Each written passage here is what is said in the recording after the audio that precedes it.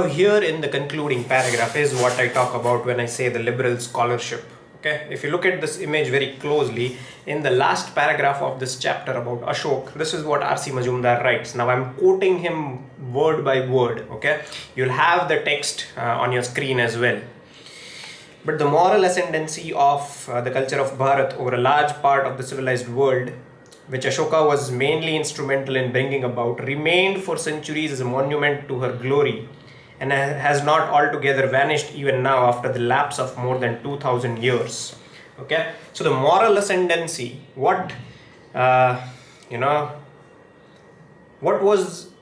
the morals, what was the ascendancy of the morals that RC Majumdar is talking about? What exactly did Ashoka bring that raised the moral position of Bharat in comparison to all the other civilization of those times? Okay, he's talking about the idea of non-violence. Okay, which in itself is absurd. There are multiple arguments. Number one is he was a viceroy of Takshashila and Ashok's father had sent him over there to calm down a revolt. How do you think he had calmed down that revolt?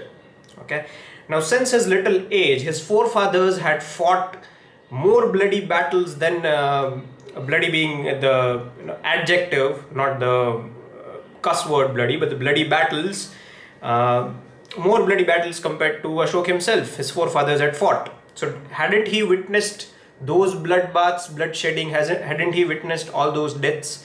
Why did he have to wait up until the time of Kalinga?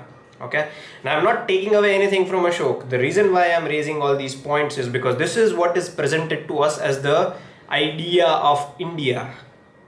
Okay, first of all, the word India does not exist. That is why you'll see I make it a point, I'm very deliberate and intentional of not using that word India, because that is an absurd idea that was sold to us on a silver platter, that see, your king Ashok was very secular, very tolerant, and you should also try to emulate him. No.